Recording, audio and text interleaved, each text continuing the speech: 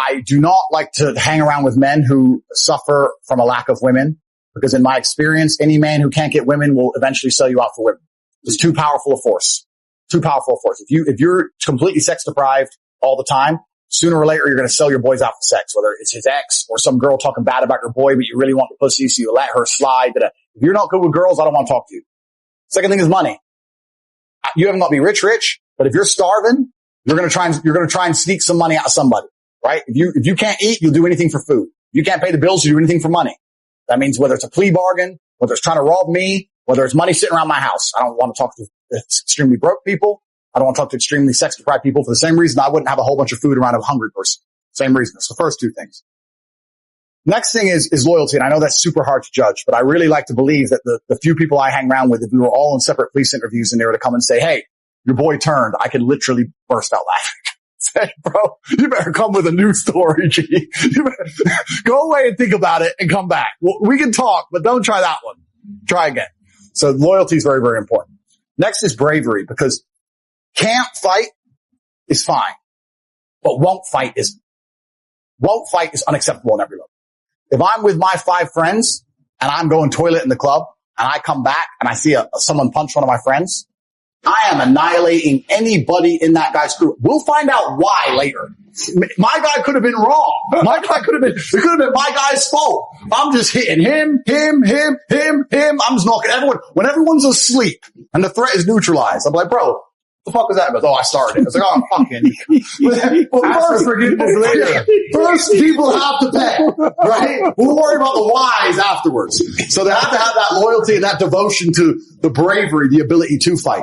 I find it very crazy. And I say this often to guys. I say, you're rolling around with these men who won't even fight to protect you because they're cowards. So they'll watch you get your head stomped to death and cower out and not even try and help you. And they're like, yeah, but he's funny. But he's funny? We're talking about life and death. You're talking about fucking funny? So if I can smell on someone that they wouldn't even attempt, I don't want to be anywhere near them for the same reason. And general professionalism. I've developed a habit where I punish myself for the smallest unprofessional actions. If I misplace my keys or misplace my phone and it takes me more than 10 minutes to find it, I'll punish myself for that. Regardless, whether it's I don't spend money this week or I don't go here or I'm canceling that or I'm going to defer buying something I want to buy. I punish myself religiously so that next time I put my phone down, I know where I put my phone. Next time I put it down, I know where I put it all the time. When I put it down, I know where my phone is. So when I'm around people like, hey, I lost my keys, or hey, bro, I forgot. When I'm around sloppy people, I don't like it. I like people who have their lives in order. When I detect sloppiness, I don't really want them too close to me because gaps are where things sneak in. Other things are basic OPSEC, really basic OPSEC. I like that if I'm around my friends, if I'm ever sitting with my back to a room, this is an enclosed environment, but in a normal restaurant, I never sit with my back to a room. But if I have to do it, I like that I never do it, but if I have to do it, the people I roll with, they'll literally give me a nod. We'll sit down at dinner and I have to sit here. They'll go and they'll pay extra attention for me because I can't see behind me. I like that level of professionalism. I like that. I like people, like I said, don't get weak, no hangovers, no crying their eyes out, no cowardice. It's infectious. Don't like that around me. No negativity. Don't like that around me. So there's certain things that I create a very, very particular reality. And it's actually interesting because to me, these things are all normal. But when you have these kind of standards, it's pretty hard to find friends. You're like, oh, you're a dumbass. You're a pussy. You're like, and you don't talk to that many people. But if you get a crew together that act that way, it's amazing how, not to get all airy-fairy, but it's almost an intangible. When you have 6 men in one place who are perspicacious, who are paying attention, who do have their things right, who don't lose things, who do it, the whole room can smell it. When me and my crew walk in a room, even if it's almost like an energy. Some guy can be eating his dinner, not even see us walk in and go, 6 predators. It's like the rabbit when the fox comes. Like you can smell when the guys turn up. Do you know what I mean? And everyone's experienced it. Everyone's seen it. So anyone I associate with, I have these very, very stringent metrics. And they're basically just to make sure that nobody gets inspired by something they can't resist to snake us. And also nobody's overly sloppy and allows a way for us to be infiltrated and destroyed. And one of the easiest ways that people, especially in the modern world today, especially people in my position, are infiltrated and destroyed are women. So with women, I create that very heavily. If you get a guy who's thirsty and he's on your crew, let's say I have problems with another crew, let's say, and I know they have a member who's thirsty. That is the easiest job in the world. You get one hot bitch to Instagram message. You're going to find out where they are, what they're doing, where they've been, the hotel room right now. It's fucking done deal. You can do whatever you want to them idiots, right? You got to have guys who can turn that shit down. I've had it a bunch of times in my life where I've been in countries. I was in Sofia, Bulgaria. I was talking to this girl. She's like, hey, 10 out of 10. And I've been talking to her for a few weeks. She's like, hey, let's meet at this place. I'm like, let's go here. No, this is my favorite place. Let's go here. And I was like, no, I'll turn pussy down. I could have been wrong. Could have been right. Could have been right. We're never going to know. I'll turn it down. But if you have that guy in your crew, hey, bro, she's so hot, bro. She's so hot. That's problems for you and him and everyone else. So you got to be very careful with the kind of life you're living. But if you live with people who have their lives in order, it's important. But professionalism is also a really big one. When I see people who are sloppy, it makes me very uncomfortable. Now that I've analyzed that my father sacrificed his marriage for me and Tristan. Because I think that there was times of massive contention with my mother where he was so principled and so concerned with our upbringing as men that he sacrificed his marriage with my mom for us. He filed the divorce? Yeah. So I'll give you a very quick example. I'll tell you a very quick story that surmises it. So they were still together when we moved to England. My father was still in America. He came over to visit. And my mom said to me a couple of days before he comes, your dad's coming. We're going to go get a haircut. And I was must have been about 12 or something. Went to get a haircut. We went to our normal hairdresser. Hairdresser wasn't there. Got some other hairdresser, cut my hair, whatever. And we got back to the house and mom's like, I don't like how she cut your hair. She cut your hair wrong. She cut your hair wrong. And I'm only 12, right? So I'm like, yeah, she cut my hair wrong. She cut my hair wrong. So when my dad came, my dad turns up. He's only there for like a couple hours. I haven't seen him in nearly 6 months. I said, oh, yeah. My mom said, I hate the way they cut his hair. And my dad, and I said, yeah, they cut my hair wrong today. And my dad lost his temper. Said, what the fuck are you doing? You're raising my sons to bitches? What the fuck are you talking about haircuts? I leave you here with my boys. You're talking about, tell them to worry about their haircut? They're fucking men. Who cares about their hair? Their haircut doesn't matter. When they grow into men, no one's going to care what their hair looks like. Their haircuts are stupid. And mom's like, well, no, Emery, it's just, she cut it wrong. And then my dad was like, listen, I trust you with my boys and you fucking cut their hair wrong. So they got in some big argument. So I'd only seen my dad for 3 hours at this point in fucking 6 months. They got in a big argument. My mom kicked him out of the house. So he left the house, right? So he went to the hotel. And then, the next day he called me. He goes, I can't come to that house. Your mom doesn't want me there. Come to me. And I came to him and we went to the hairdresser and I was only 12. So this is a traumatic experience, right? I cried my eyes out. I don't know why I cried, but I was upset. He goes, come with me, boy. He goes, you'll learn when you're older. You're going to understand when you're older. You're going to shave your head.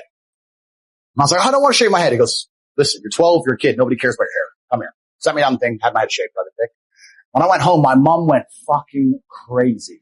This is the story she recited to his death about how crazy my dad was.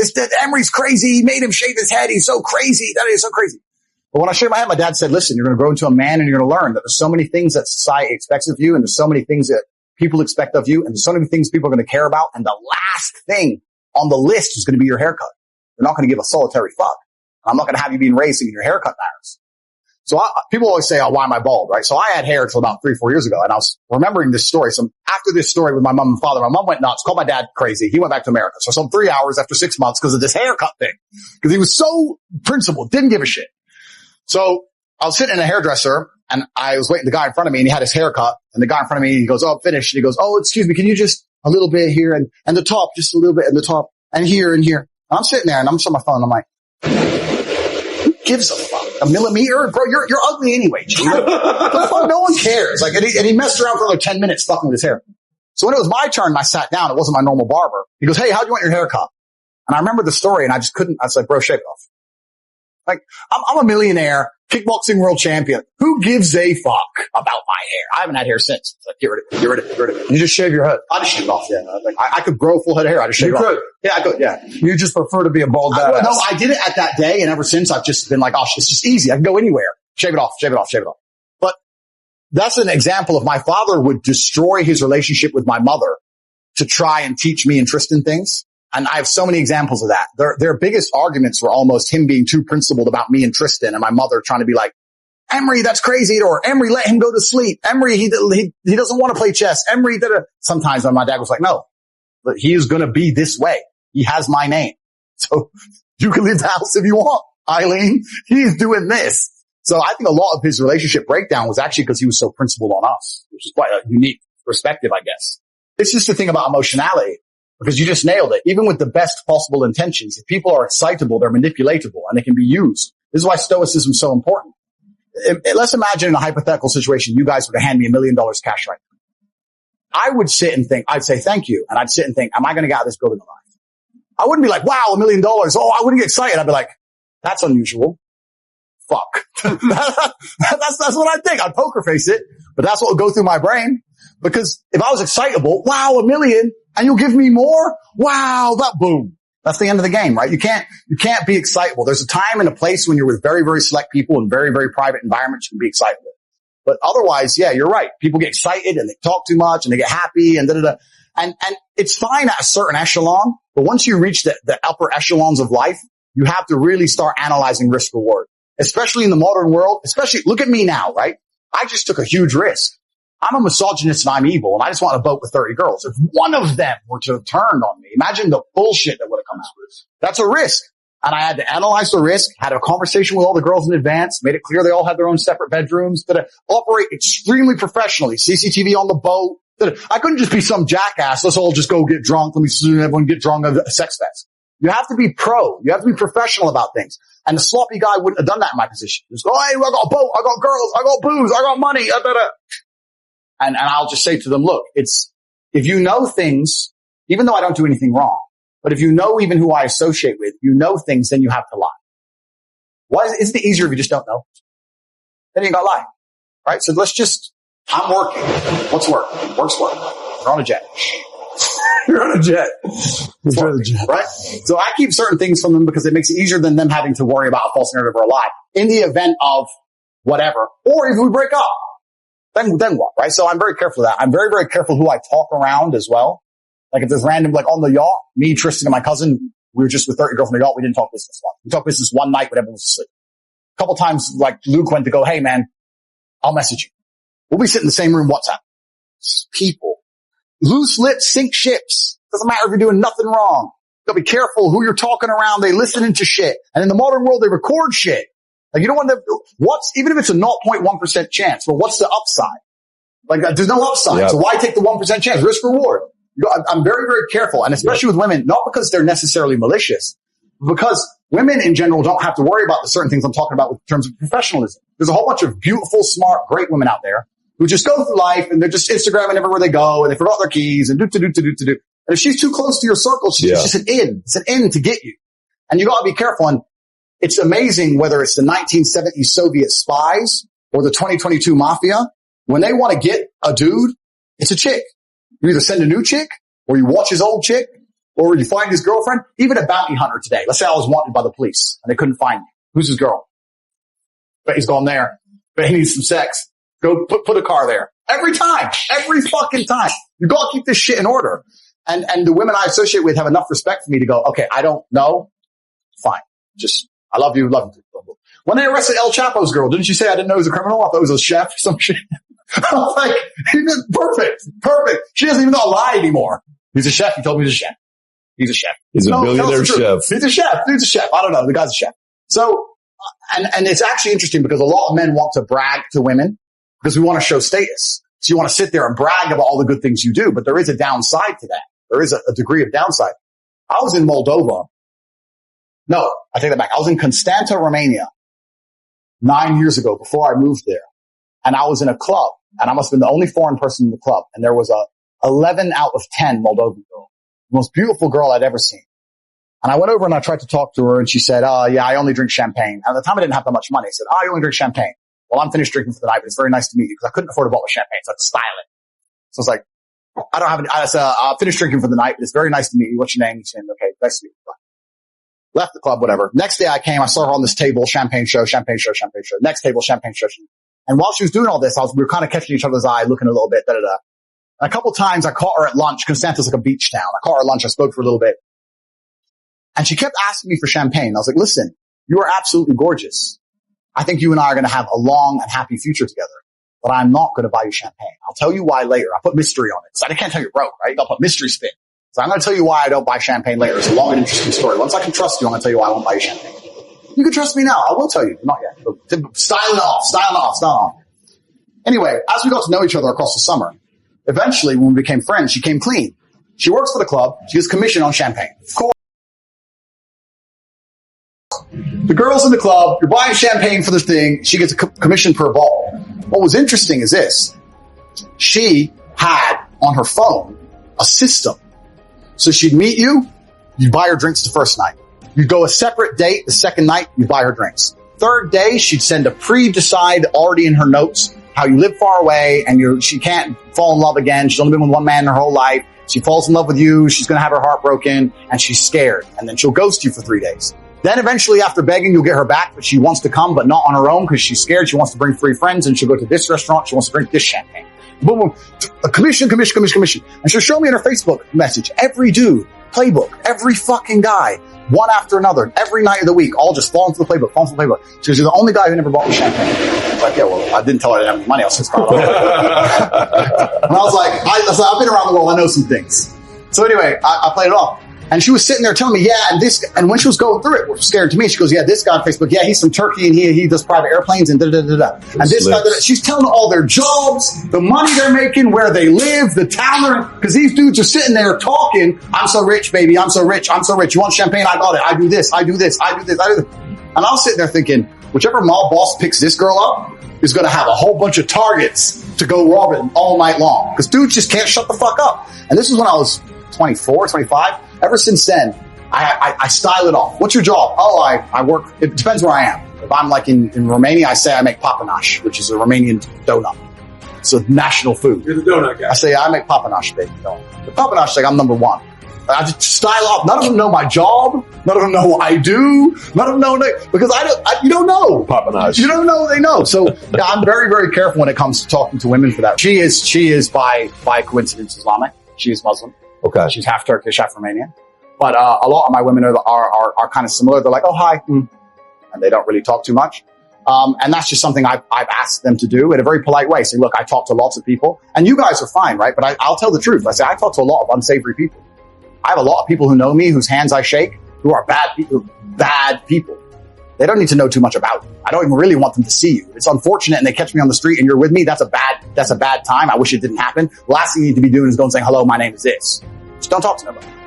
And by extension, it's the same thing with violence. I had a conversation with my girls as well. My girls are completely trained. I said, listen, if I'm ever attacked or anything ever happens to me, run. Scream and run. Don't be trying to get in the way or say, don't hit him or some bullshit. Just fucking leave. Because I know dudes don't care that you're a chick. You gotta get out of here. So I try and be as protective as possible. I'm not trying to be controlling. I just try and protect them from situations. Just say hi, be polite, hi.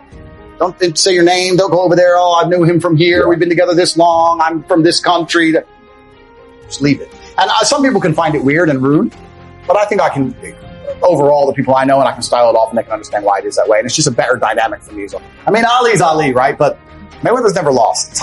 He's never lost to anybody. And I liked him because he was so clinical and so precise. And he took his ego out of it and said, I want to have a longer career than everyone else. So I'm going to focus on not getting hit and hitting him. I may not get the knockout. All right? I don't need the knockout. I've won. Just win, clinical, chess. Win, payday. Win, payday. Your fight was boring. 100 bill, whatever. 100 mil, whatever. Yeah, boring. Cool. Next, win. Da-da. He was really smart. So I like Mayweather. He's someone I've always looked up to and I really respect. That's a really good question. I think that it's kind of difficult now in the world because also a lot of the people who are propagated to the top and perpetuated into absolute global stardom, I'm not sure if all of them have done it through good intentions. You can look at the things we said from Logan earlier, etc. But I think even now, I have the most respect for the common man.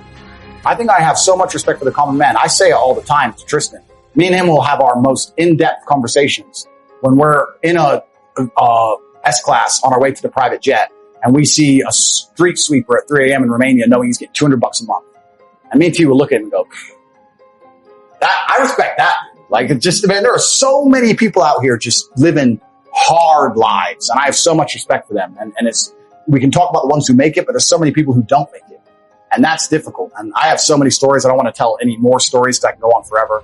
But even little things I do, like at buffets, nobody ever compliments the chef at buffets. So whenever I go to a buffet, I try and say, bro, did you cook this? This is great. I did it in Cyprus at some resort. I swear, like I gave him $1 million, smiled at his face. He'd never been complimented in 15 years of cooking meatballs. He was the happiest man in the world because he just slaves away for fucking nothing. And I think a lot of people are out here just giving their life force up for nothing in return. He wanted respect. He wanted respect, and I gave him a little bit for some meatballs, and I could tell he'd never been complimented in history. Most people would say, hey, where's the plates? You know, so I have respect for the common man, anyone who's out here doing what they have to do. There's no such thing, and I know I have a lot of money, but there's no such thing as shameful work.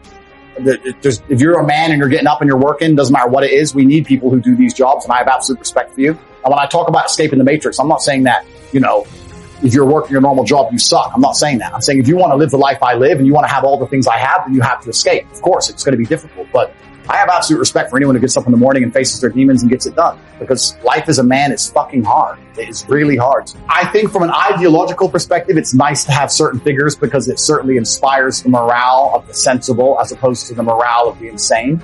Every single man of value has built his value. I think that women can be born with value. Women reproduce, right? And if you're born pretty, you're automatically valuable. You don't have to do very much. You just need to get pregnant at some point. Every man wants you because you're hot anyway. And your life is already good. But as a man, to be a valuable man, you need to have intellect, wit, intelligence, money, strength, all these things. And these things are only respectable if you've built them yourself, right? So I think that the best thing that can happen to a man is to grow up in a place kind of like Luton, or grow up in some of the rougher parts of England. Because if you're born with a silver spoon in your mouth, you're never going to truly be happy, and you're never truly going to be respected by the outside world. You're like, I know people, since I got rich, and I say that humbly, but since I've become rich, I've met a lot of rich people who were born rich. And there's nothing about them. They have no grit as an individual. They have no resistance to the outside world. They're depressed or stressed because of minor crap. Like they don't, I'm from Luton, right? So you're going to, and now I'm a millionaire, and now you're going to come at me with a problem. Whatever. But these people literally can't handle the world, and they don't appreciate money. They don't appreciate their lives.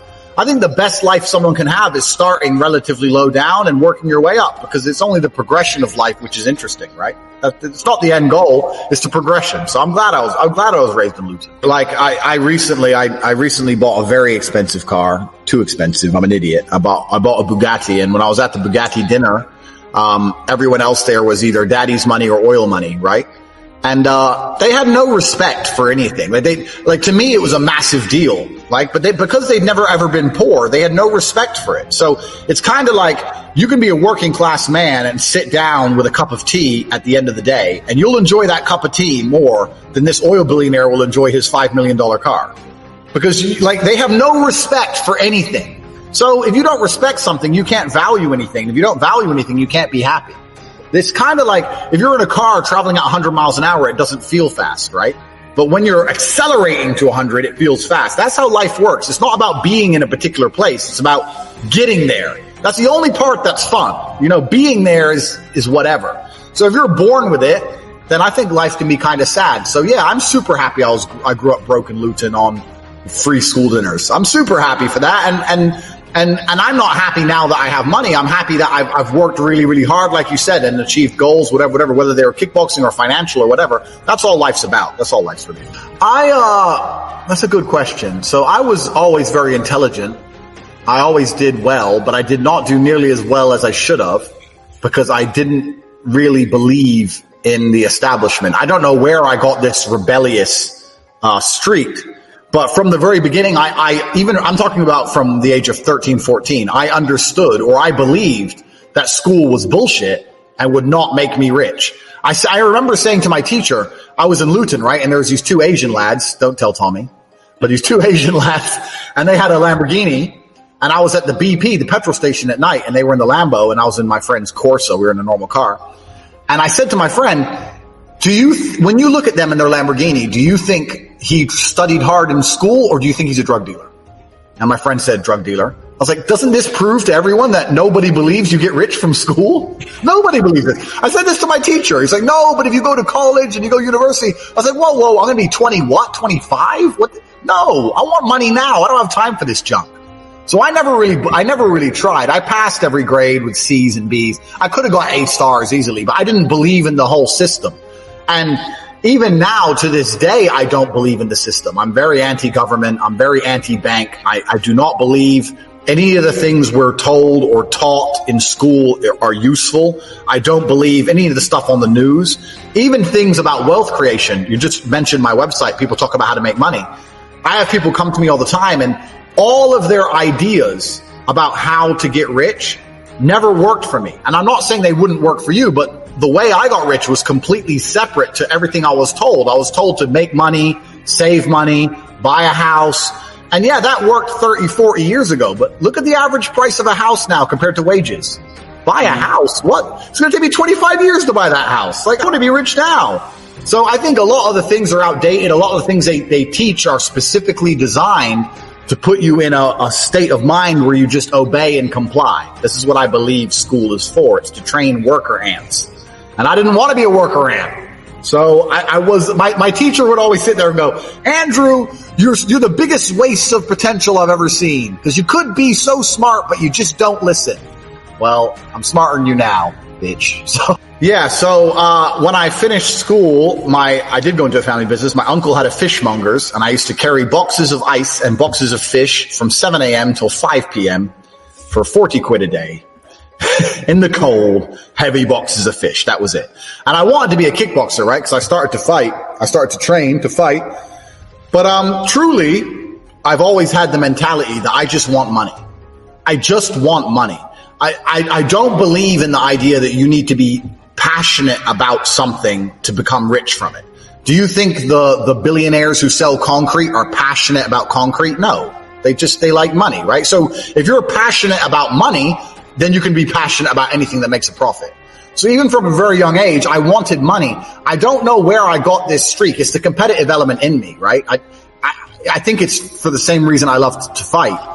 But I remember I went to college. I finished school. I went to college. I didn't go to university, but I remember walking to college, and a guy drove past me in a Ferrari.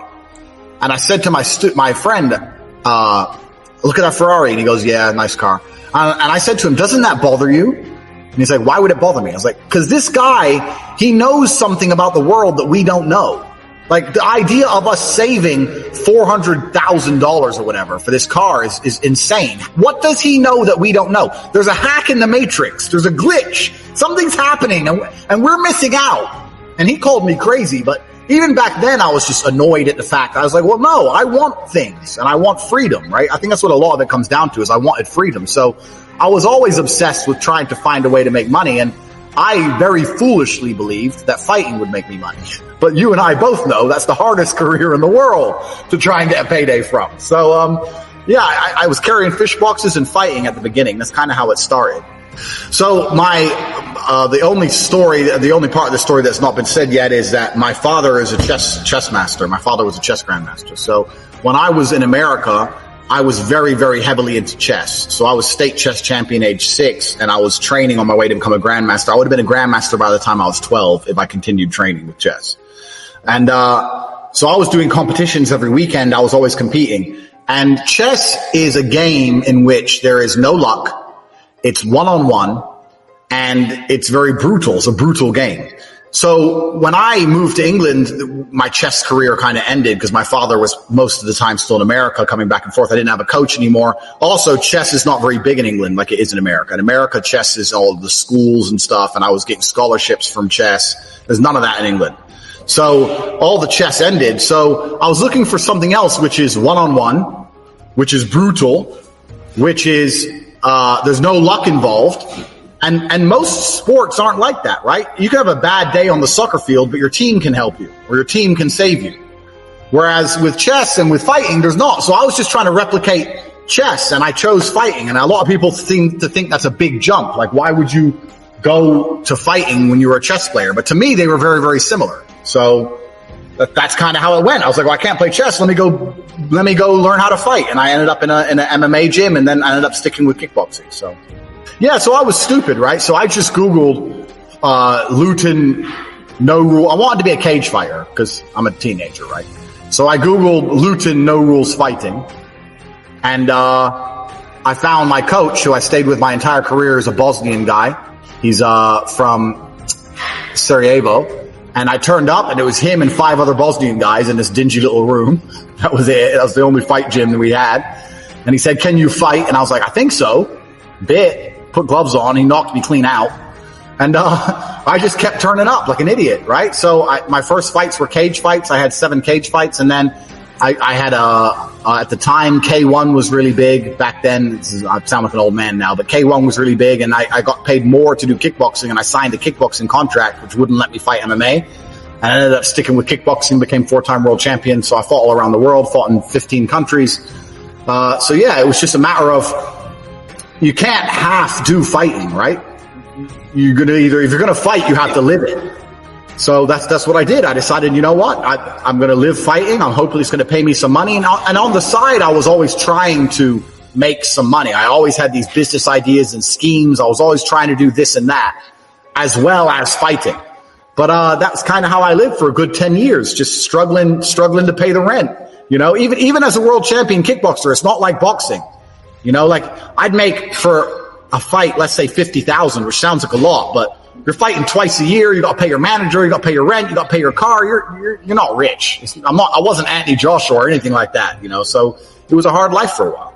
Yeah. And the worst thing about kickboxing is the big money is in tournaments, and tournaments is 3 or 4 fights in one night, kind of like prize fighter. So all the big money is 3 or 4 fights in one night. So the few times I got big paydays, let's say 100, 150,000, I had to have to win 3 fights in one night. And no matter how good you are, there's always a degree of luck to that, right?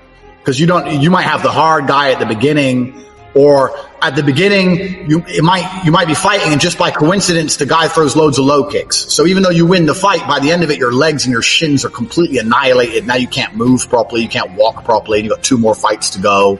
Like there's a bunch of luck involved in tournaments as well. And just the way kickboxing works is it's all tournaments. So there's been plenty of times I had to fight 2 or 3 times in one night, to try and make money. But I was always trying to make money on the side. And when I retired, I took about a 4-year hiatus. I actually fought twice this year or last year. I came back. Last year, yeah, 2020. I came back and kicked some ass again.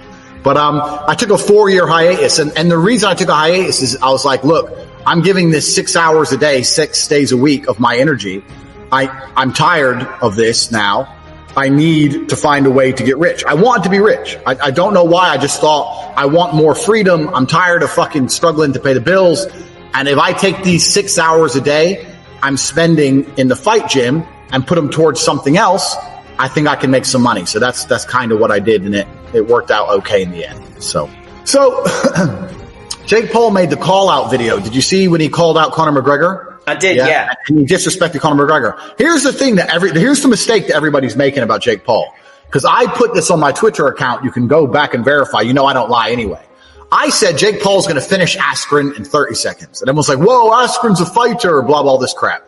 I knew Jake Paul would smoke him because Jake Paul is the person I used to be. He's a cocky, arrogant young man who's training his ass off. You think Jake Paul isn't training? They're like, oh, he's just a YouTuber. He's training with Canelo and Ryan Garcia. They're making out like he's just some retard YouTuber. The guy is training his ass off. He's not running his mouth to people without training. He's getting in there to win. And someone like Ben Askren with no striking skills, of course he's going to get sparked. So I made the point to Jake Paul that, look, you're very lucky that you can make millions and millions of dollars from fighting right from the get-go because you're an internet clown. That's what you are with your little YouTube channel. There's a whole bunch of people out here who are much better than you who can't even pay the rent.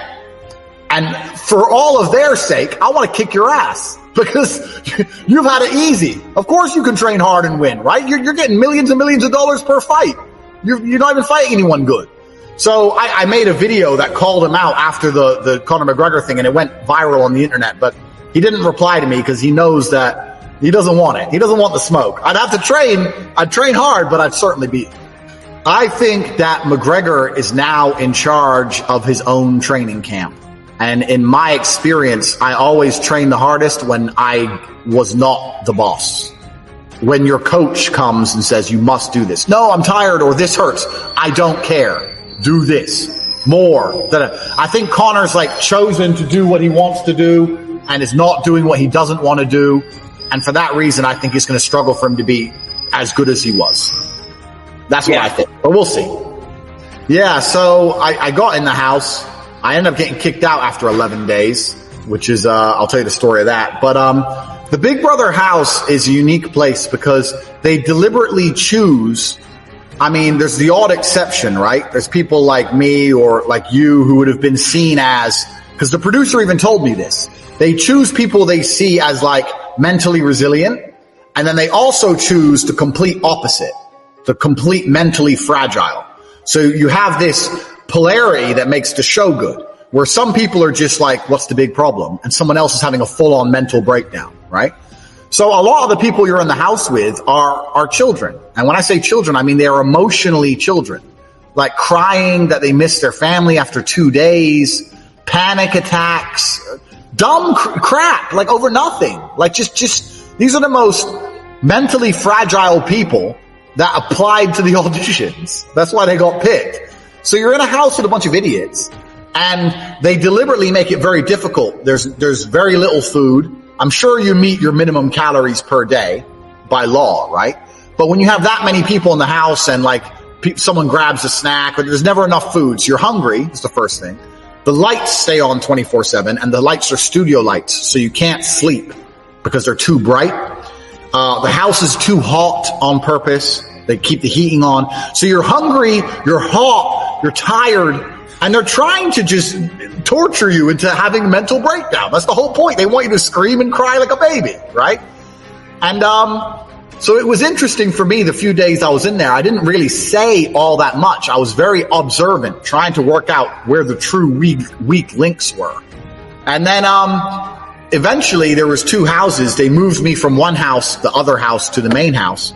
And when I walked in there, I decided to cause chaos. And I walked in there and said, look, I've been watching all of your, what do you call it when you go talk to the diary room, whatever. Yeah, the diary room, yeah. Yep. I've been watching all your diary rooms and watching you all in real time from the other house. They're all snakes and you all bitch about each other. So I've been seeing it all. I don't trust any of you. It's just my first words. And the house erupted. I think you can still find it on YouTube. The house erupted. It went nuts. All the dudes started threatening me. So like trying to act like tough guys. They obviously didn't know my pedigree, right? They didn't know who I was. So, the whole house went nuts. And what happened after this is there was these 2 vegan girls. They were vegan and they were completely just, they needed, the producers brought in a plant for them to stroke because the grass was fake. And they said if they don't touch plants, they lose their life force. Like they were completely whatever.